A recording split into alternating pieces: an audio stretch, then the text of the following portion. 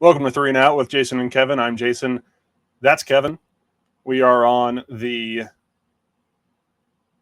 we're on the Orange and Black Insider. I'm sorry. Well, I usually go through a whole big thing and I've reversed it. So we're coming to you from the Orange and Black Insider, Cincy Jungle's YouTube channel and podcast. Wherever you stream podcasts, look up Orange and Black Insider. It's us. It's Chalk Talk. It's Talking Football with Bengal Jim and Friends. It's OBI. We're on Orange and Black Insider on YouTube. We are brought to you by CincyJungle.com, SB Nation Cincinnati Bengals site, and sponsored by Eastgate Smiles Dental Care. So I usually do that part first, and the other part, yeah. I just totally reversed it. Kevin, what's going on, man? Nothing, man. What's going on with you, buddy? How do you feel? As you know, so we're recording. Well, we're doing this. This is Wednesday night. How do you feel knowing that we're on the eve of NFL football? Is this better for you? Is this better to you than Christmas Eve? At your age now, obviously. Yes, absolutely it is. Removing like the kid and everything else from it. But without like my daughter being born, I would gladly give up Christmas for football. I'm hyped. I'm nervous. I'm excited. I'm a little bit of everything. It's the Browns. We'll get into it. I've made it very clear my disdain for the organization just as a whole. And I don't know why I'm nervous because I just don't think they've got it, but we'll get into that as well. But yeah, football, man. Yeah. Oh, it's back. It's back in full swing. Now it's back. And now it counts. Now there's no more like, hey, you're going to be selling used cars tomorrow, guys, out there on the field. Now it's the guys that we've been watching. Now it's the starters, both offense and defense for every team. Now they're going to go 100 miles an hour because it counts.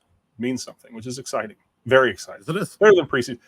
Every year when the preseason starts, I'm so pumped because football's back, and then you just watch the games and you're like, football's not back yet. This is not normal football. This is preseason. It doesn't look the same. It's like watching the Pro Bowl after you watch the regular season. You know what I mean? I do. I agree. It has the same vibes. What it used to be. But I also really do think that like the better the team, the worse the preseason experience is. It seems to be that way. In my opinion, the coaching staff does not care about winning. At least this coaching staff, the Bengals team, does not care about winning preseason games at all. They will gladly tank that entire game in order to get the 2 minutes worth of tape they want on a certain player doing a certain thing so that they can figure out how they fit, what they need to develop, whatever.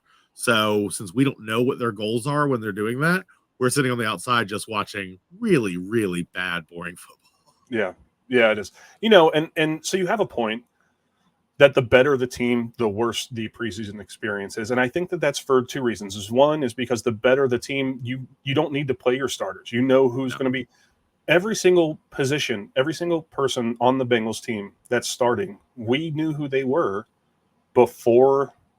Maybe not before the draft, but as soon as the draft was over, we knew where every single person would be. Sure. For the most part. The safeties were a little bit up in the air, and we didn't know quite what was going on. We knew it would be, right. We knew. But like, let's say, let's say this, as soon as camp started, really, we knew how it was going to be. We knew it was going to be Nick Scott and Dax Hill. We knew the whole offense. There's no, we know where everyone's going to be there. So you don't have to play those. You know what they can do. I would have liked to see it just to have some experience where they're in, you know what I mean? Some game, I don't know. It's just a different speed.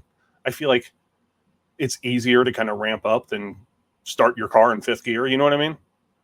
So that's a great analogy. I think that's a really good analogy. It's really good. I'm impressed with myself. Anyway, so you don't have to play those guys. And teams that aren't as good don't have as many. There's a lot more competition. A lot more. We don't know who we're going to start. So we're going to let the starters play. We're going to rotate guys. And that's a lot more fun to watch in the preseason. And then when the regular season starts, you're like, when does the NBA come on? Because my team sucks. No, so it's good. It's a good thing. But it does make it hard to watch. And I don't make a habit out of watching other teams' preseason games. I just watch the Bengals' preseason games. And they're not easy to watch because while I love watching the guys that I want to see, I like seeing especially Tyson Anderson. I want to see Jordan Battle out there. All those new guys, it's just not the same. Yeah, they're not there. NFL. Well, Tyson Anderson is, but NFL regular season games are ferocious. You know what I mean? Because every Yeah. game, it's only 17 games compared to 82, I think, in the NBA and 162 in Major League Baseball, where you can afford so many games, Jason. Oh, I know. That's a stupid amount of games. And hockey's I think 86, 87 or something like in the 80s. So when you compare the NFL at 17, when you play those other sports, you throw 5 in a row. It's like, nah, whatever. We're fine. You throw 5 in a row in the NFL, your season's probably done. You know? I mean, every game matters now, and they play like it. So seeing that I'm excited to see that, where everyone's going 100%. You know what I mean? Flying around. Yep. So I want to get to the Browns. Yeah. Before we do that, I do want your thoughts on Burrow and his contract. Where's your head at? The Twitter, the internet as a whole, they're kind of freaking out. Yeah. I do have a few thoughts. But I just want to see where you're at. You in panic mode yet? I'm not going to say panic mode. All the stuff that's come out now is you're saying, well, these insiders saying it's going to be in the next couple days or whatever. I do believe that it'll get done before 1:00 Sunday. I do believe that. But there is a small part of me that is nervous that if it doesn't happen, it's going to put a cloud over the entire season that I'm not going to be able to shrug off. You know what I mean? Yeah. And it would. Yeah. Yeah, it would. So I mean, the way I saw his press conference today where he was like, I'm not thinking about it. I'm just focused on, you know what I mean? That language and then the tweets, it makes me feel hopeful that it's going to happen. It needs to happen. Yeah. The worst thing, I mean, the reality is they have him this year, next year, guaranteed, and then they could tag him. That would be the worst case scenario because then he's probably here for 3 more years and he's gone. Yep. They will not take the risk of letting him win the Super Bowl this year. As bad as that sounds, because they'd love to win the Super Bowl. He'd love to win the Super Bowl. The whole city would love that. But he wins the Super Bowl, he goes from the highest paid player ever to you can't afford anyone ever anymore that player. You know what I'm saying? Sure. So they want to get him locked up and then have him win the Super Bowl. You know? So that's why I do think it's going to happen. Yeah. I am nervous at this point. Something weird is happening. Did you watch the press conference? No, I was at coaching football practice. Okay. Not one the thing Bengals. that stood out to me, he said all the right things. He said everything you want him to say other than I'm signing the contract the moment I leave this press conference, which he didn't say. But also, the one thing that stood out to me is he has been talking to Brady, getting advice on like this whole process. And I am on the record saying that I really, really wish Joe Burrow would quit doing this. Oh. This like constant feeding of this hopeful narrative of I'm going to accept less money. I'm going to do a team friendly deal. I'm going to do this, I'm going to do that, whatever it is. This like almost promise he keeps making that like we're going to be really, really happy with the deal he signs. He needs to stop. He needs to stop because if it's true and we end up signing the deal, we end up very happy with it. Good. We would be just as happy if we knew nothing than all this like breadcrumbs he's been feeding us. Yeah. And if it ends up behind the scenes that this does not work out, he is going to break a lot of hearts, and it's his fault. He has done this over and over and over again. He cannot keep acting like we're going to be blown away by how team friendly this deal is. Yeah. I do have a question for you. So he has dropped these breadcrumbs, and the Brady thing was a nice little icing on the cake. Let's say he signs tomorrow. You wake up to the news that he signs tomorrow. 4 years. I don't know. Highest paid player in NFL history. Okay. Sure. For only 4 years. So just a massive cap hit. You know what I mean? Yeah. Are you disappointed, or are you just relieved and happy it's done? Mostly relieved and happy it's done, but this is my point. I would be just happy if like all this stuff hadn't been hinted at. The fact that it's been hinted at, if it's just like the contract we thought it was going to be, 5 years, $1 million more than the last quarterback who made it, done and done. Yeah. I'm going to be a little bit bummed. Not like upset, but just a little bummed. And I think that's on Burrow, if I feel that way, if we all feel that way. The Brady thing, that's the last straw. You can't literally be dropping the name of the only quarterback who's ever done the thing we're all hoping you do. Yeah. And then, like, when it doesn't happen, be like, well, why are you upset? You know why we're upset. You know what you did. Are you saying that you're no longer a fan? Oh, God, no, Jason. That's a stupid question.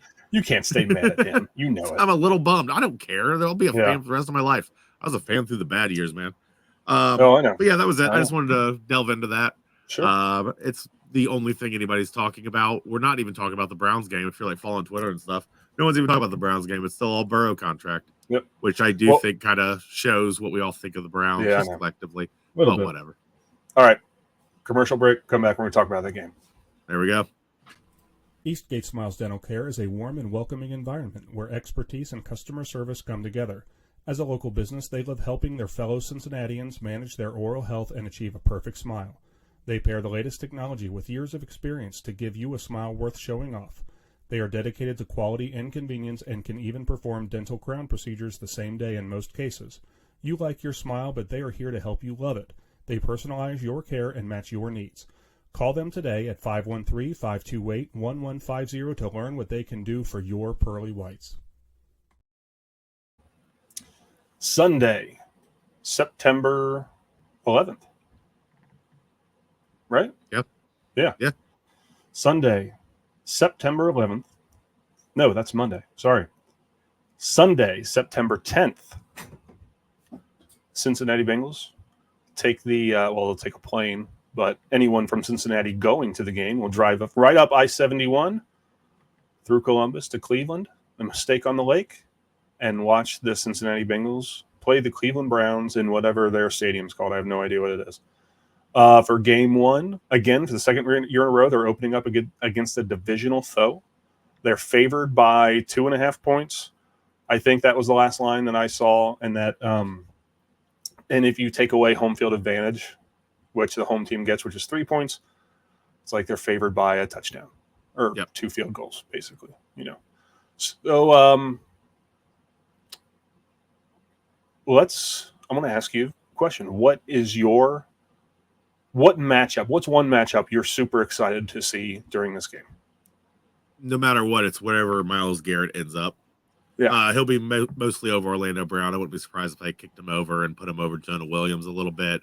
Either way, it's going to be interesting to see how it goes. That Myles Garrett wins this game if the Browns win this game.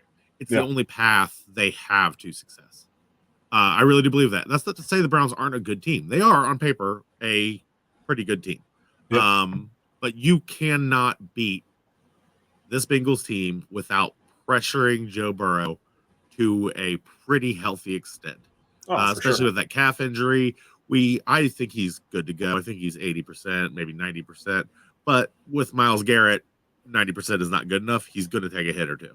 I'm just curious how well this pocket holds up against him. What about you? No, I think that it's Myles Garrett versus Orlando Brown Jr. We bring in the best left tackle the Bengals have had since Andrew Whitworth. Brought him in as a free agent from the Kansas City Chiefs, who are arguably our biggest rival right now. Sure. And his first test is the best 4-3 edge rusher in the NFL. Myles Garrett is a future Hall of Famer. No matter what you think about the guy, he's coming off like 4 years of double-digit sacks or something like that. Just nuts, and the he's lowest. Yeah, he's great. He's great. And Orlando Brown Jr. has got a big test ahead of him. This is why I wish the offensive line would have taken at least a series in the preseason. I'm worried about coming in cold with that task. You know what I mean? But we don't know what practice is like. I'm not saying cold, but we'll see. But yeah, I do agree with you that according to Orlando Brown, I didn't confirm this myself. In the last 5 times he's matched up against Myles Garrett, he's given up 1 sack. 1 sack. Yep. That's good. I'll take that. If Myles Garrett's going to get his, if he only gave up 1 sack in 5 games, I will take that. If Myles Garrett gets 1 sack tomorrow and that's all he really does, deal. Not tomorrow. Not tomorrow. That is as Sunday. Shutdown as you can possibly get him. Yep. He's going to get a sack. I mean, mostly he's going to. Yeah, I agree. But I mean that's the matchup of the game. The reality of it is the defense is really good. Especially the front. The defensive front is very good. The front seven's good. The secondary is really good. And as far, I don't know what is going on with Ward with his concussion. I know that he's still in concussion protocol, but he was going through walkthroughs today, so I don't know how any of that stuff works. Yeah, limited practice is what they said. I suspect he'll be back. I'm sure I would assume he would on game day. I really do. So, I mean, this is a tough defense from the front to back. This is a very tough defense. And if the offensive line allows just the front four to pressure Burrow while they're able to drop everyone back, we're in trouble for sure, especially if Burrow is not mobile enough yet to do his thing. You know what I mean? So, they need to hold up, give Burrow time because the secondary is good too. So that's the matchup of the game. That's the thing about the Bengals, though, is this is all relative, right? Beyond that pass rush, they have got nothing on us. They just don't. I mean, that secondary is good. It's very good. Yeah. It's not better than our offense. It's not better than Jamar Chase, T. Higgins, Tyler Boyd. No, right. I mean, they'll get their plays, but period, if Burrow has time to throw that ball, we win this game. I agree. Because the other side of the equation is that offense. The Browns' offense. Let's talk about that for a minute. Yep. Their wide receivers are fine. Amari Cooper, fine. Moore, fine. Deshaun Watson, I think he's going to be absolutely horrible. I have no faith in him. I do not think he's going to bounce back. I've seen no evidence of it. He has not played good football in years, or football at all for some of it. I think this is going to be an absolute... This game is going to be the game that finally starts making Browns fans go, maybe Deshaun Watson wasn't the best thing for our team. Maybe this was a horrible, horrible decision. I would love it. I would absolutely love that. 100% I would love that. I want to see Sam Hubbard and Trey Hendrickson live in Deshaun Watson's face. You know what I mean? So offensively, Nick Chubb, you can't look at Nick Chubb and be like, whatever.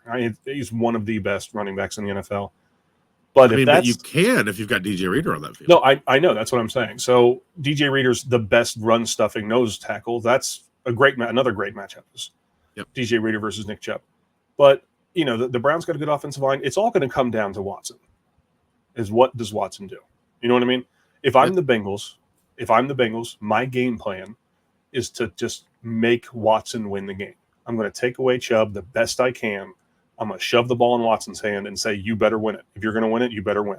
Yeah. I want to be in his face. I want to disguise a lot of coverages, have him guessing. You know what I mean? I want that.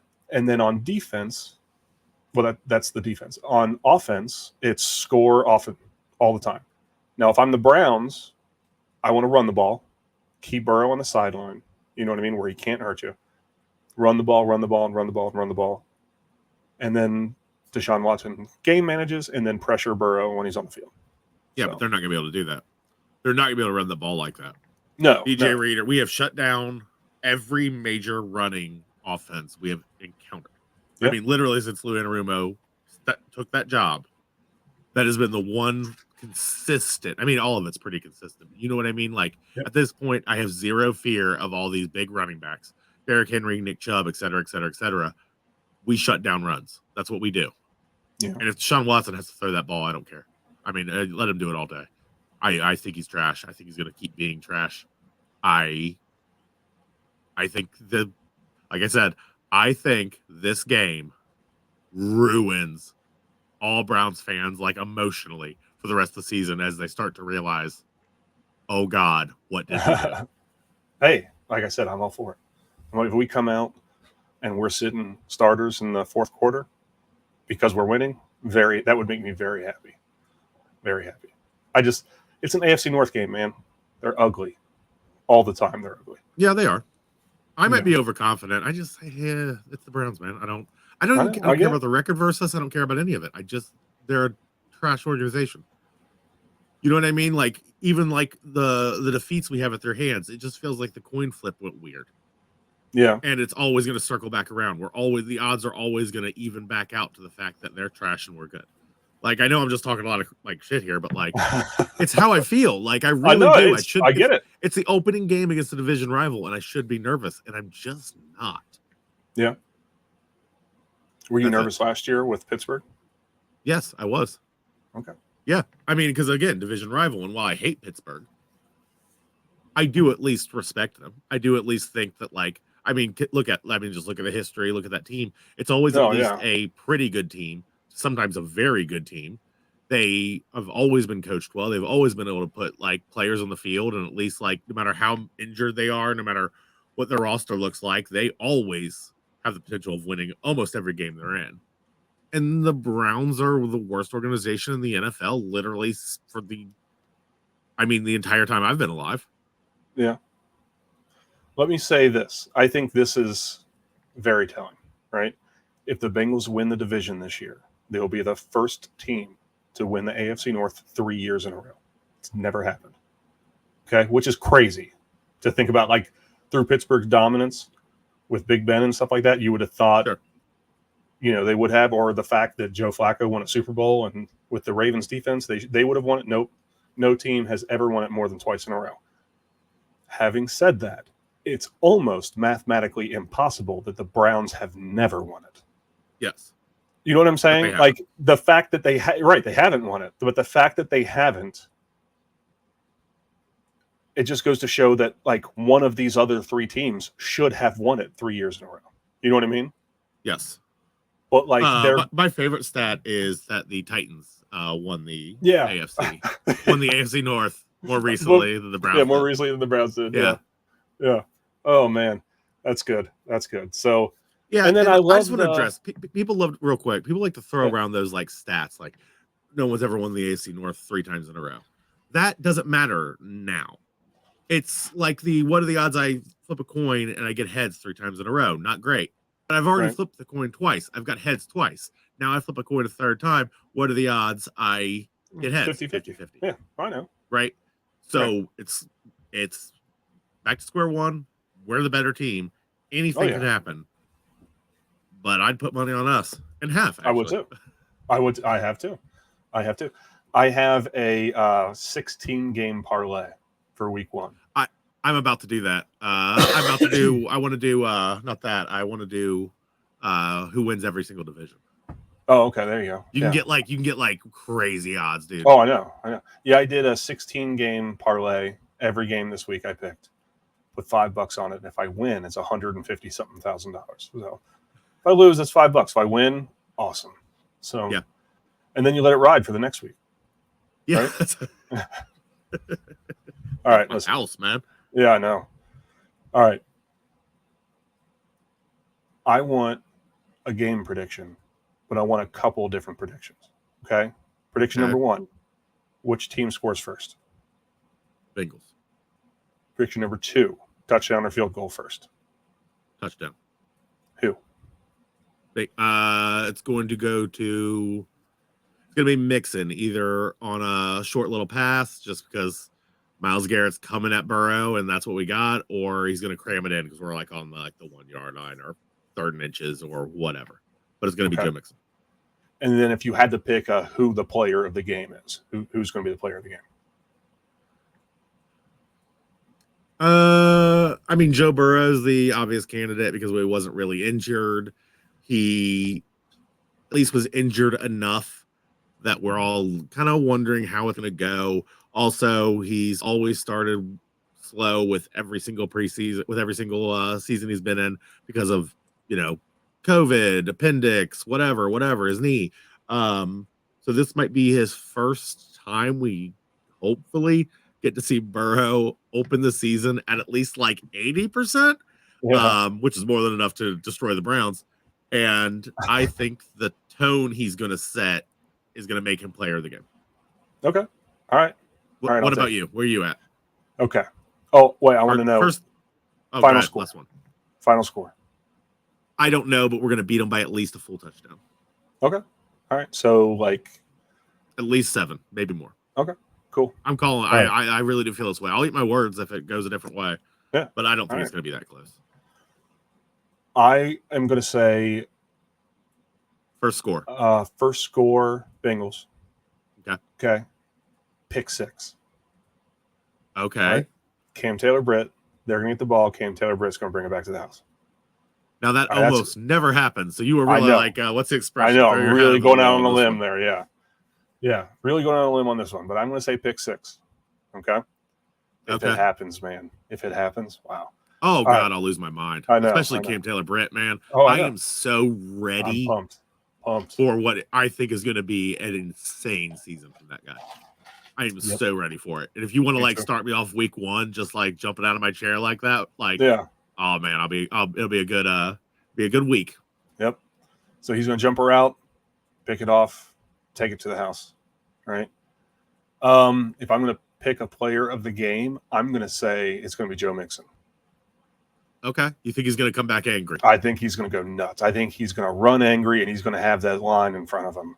That's going to be the best line he's ever had open hole. I think it's going to be Mixon with like 150 yards. Okay. How many touchdowns? How many touchdowns makes it good? 2 touchdowns. Fair. That's good. Okay. Final score 24-13. Okay. So you really think they're not going to do much? Right. Oh, yeah. I think the Bengals defense is going to really think about what they got going on. If there's a weakness, it's at safety. But, I mean, this defense has all of its pieces still put together. You know what I mean? And the two guys they have. It's at safety, but how scared are, like. I'm not. That's the thing. It's a weakness. This is a great game for the safeties to start getting acclimated. It's a great. Because we can crowd that line to get rid of Chubb. And the safeties can, they don't have to play 100% to stop Deshaun Watson. I think he's going to make his own mistakes. And it's not just that. It's, like the wide receiver. And nothing against Amari Cooper is a sneaky good wide receiver. You know what I mean? He's had 2 or like 3 of the last 4 years have been 1,000-yard plus seasons. He hasn't had great support from a quarterback. Dak Prescott was Dak Prescott, but he had CeeDee Lamb on the other side of him. You know what I mean? Yep. So then he came up to Cleveland, and then he had bad quarterback play, and but he's good. He's a great route runner. He's a technician. He reminds me a lot of Terry McLaurin. You know what I mean? But not as good. But he reminds me of that kind of guy, a great route runner. But what a great game for Chidobe Awuzie to come back to, where he's not, you know what I'm saying? First game against a mediocre wide receiver core with a possibly bad quarterback, So it's a good game for the defense. Very good game. And then, So I'm pumped. So that's my thing. 24-13 with a pick 6 I like it. To start the game. We both kind of have we have the impression this is going to be a short and sweet episode because I think we're kind of winding down. But we both have the same general outlook on this. We both don't think Watson can do it. We don't think he's the guy, and we don't think he's coming back. And we also think that the Bengals are going to decisively win this. Not in a last-second drive, nothing like that. Like I could see a version of this where they're already up at least, 7 points, if not 10 points. And the entire last fourth quarter is watching them just run down that clock. Yeah, we've seen it before. We'll see it again. Which could be one of those things why Mixon has 150 yards because they're just feeding him at the end. We could see, and that's exciting too, because if you're up by a lot and you're just trying to kill clock and you want to keep Mixon fresh for next week, then let's bring on Travion Williams. Let's see what he can do. Let's see what Chris Evans can do and Chase Brown. I'm excited to see all these guys. Yeah. So, how much Chase Brown do you think we're going to see this game? I think almost none. Yeah, I don't think we'll see much at all. Unless there's some big score thing. Yeah, I still believe in Chase Brown. I do. I'm going to keep banging that drum. But I don't think we're going to see much of him for at least the first couple of games. No, I don't think so either. I think we'll see more Chris Evans than Chase Brown. I do too. Which will say a lot because Chris Evans never plays. So I'm excited about that. Keep my eyes open for Chris Evans tomorrow or Sunday. All right. So you heard it here, what we think about the final score. We think Bengals are going to win. We're pumped. Thank you for watching on this again, just 3 and Out with Jason and Kevin, brought to you by CincyJungle.com, SB Nation Cincinnati Bengals site, and sponsored by Eastgate Smiles Dental Care. We're on the Orange and Black Insider on YouTube and anywhere you get podcasts. It's SB Nation, Cincy Jungle's YouTube arm, media arm. And there's a lot of great shows. There's a lot of great guys on there too. Anthony Cosenza, John Sheeran, Matt Minich, Chalk Talk, us, 3 and Out, OBI, and Talking Football with Bengal Jim and Friends. Subscribe, everything. Thanks for watching, and we'll see you next week, where we'll get to talk about the Browns game and then preview the next game. So it'll be a little bit longer. So, Who day? Who day?